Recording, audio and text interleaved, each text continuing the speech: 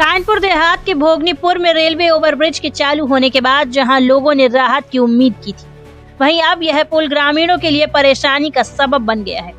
Railway प्रशासन ने overbridge शुरू होते ही पुरानी रेलवे क्रॉसिंग को बंद कर दिया और दोनों तरफ बड़े बड़े गड्ढे खोद दिए।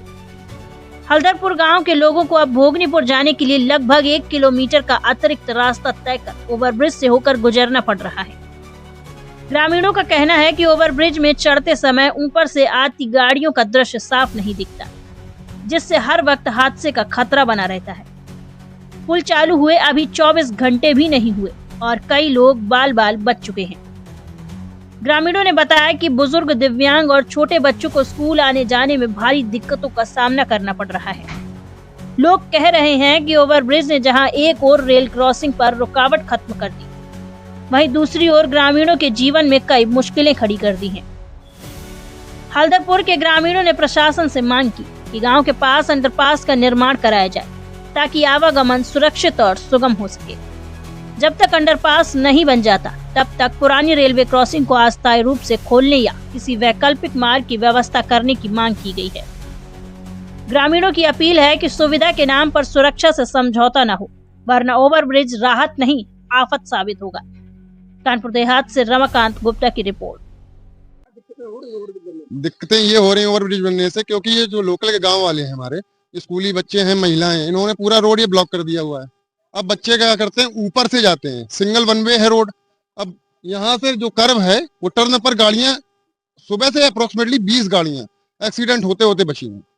हमारी लोगों में छोटी सी डिमांड है कि छोटी सी पुलिया नीचे अंडरपास में दे दिया जाए।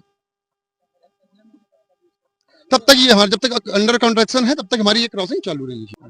अच्छा, मैं गांव का वरिष्ठ नागरिक होने के नाते रेलवे प्रशासन से मांग कर रहा हूं कि गांव के सुगम यातायात के लिए कम से कम 7-8 फीट की दूरी का रेलवे अंडरपास दिया जाए। मैंने अपने आंखों से यहाँ बड़ी भयंकर दुर्घटनाएं देखी हैं। सन 69-70 का वाकया है। कम से कम 1000 व्यक्ति यहाँ मरे थे, रेलवे के भी मरे और रेल इसके बस में तीर्थ यात्री थे, उसमें भी बहुत लोग मारे गए थे।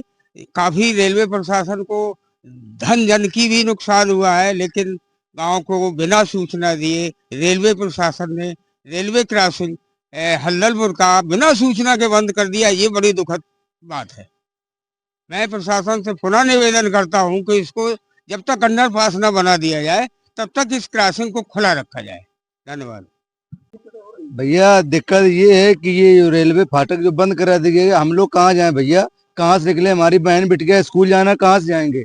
अब वहां से जाएंगे 2-2.5 किलोमीटर से घूम के, ऊपर से रास्ता नहीं है, चपक के गाड़ियां निकल नहीं, बच्चे कल बच गए, निकल एक्सीडेंट हो जाता, कल हम भी वहां से निकले, कल हम भी बच गए। ये बहुत ज्यादा परेशान भैया। इसमें ये रेलवे जो बन रही है इसको नीचे से हमको रास्ता दें, ये सरकार से हमारी निवेदन है। बस जब लग ये ना बंद हो, जब लग ये चालू करें। ब्लॉक अमरौदा, जनपद कानपुर देहात की एक समस्या है, जिसमें ये एक नया ब्रिज बनाकर भोगनीपुर से जो मूसा नगर के लिए रोड गई है, रेलवे क्रॉसिंग पर एक नया ब्रिज बनाया गया है। इसमें समस्या ये आ रही है कि यहाँ पर गांव के लोगों के लिए निकलने के लिए कोई साधन नहीं उपलब्ध कराया गया है, और ना गांव के लोगों से ये समस्या पूछी गई कि ये ब्रिज बनाया जा रहा है तो इसमें आप लोगों की किसी प्रकार की कोई समस्या तो नहीं है। अब समस्या वर्तमान में ये आ रही है कि कल उद्घाटन इसका किया गया, मंत्रीगण और अधिकारीगण लोगों ने आकर इसका उद्घाटन किया। बहुत ही अच्छी बात है, बहुत ही महत्वाकांक्षी योजना है, जाम से इसको निजात मिला भोगनीपुर चौराहे को।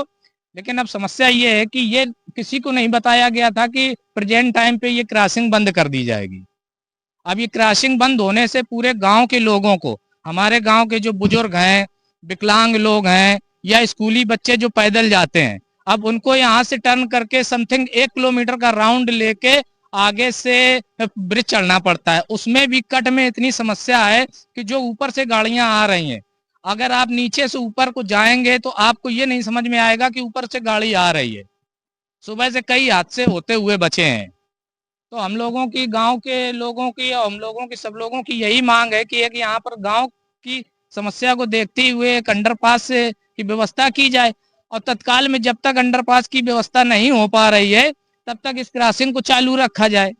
भाई अब छोटे बच्चे हैं जो स्कूल जा रहे हैं या स्कूल की गाड़ियां हमारे बच्चों को लेने आ रही हैं, जब वो अंदर आगे से टर्न करके चढ़ती हैं तो उस गाड़ी वाले को ये नहीं दिखता है कि ऊपर से गाड़ी आ रही है, किसी भी समय हादसे का।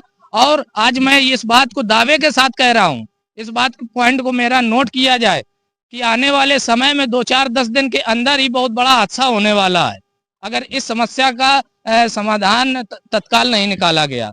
आप लोगों से यही गुजारिश है, सभी अधिकारीगण से, सभी मंत्रीगण से, कि इसका समस्या का हम गांव वासियों को जल्द से जल्द कोई ना कोई समस्या का हल निकालें।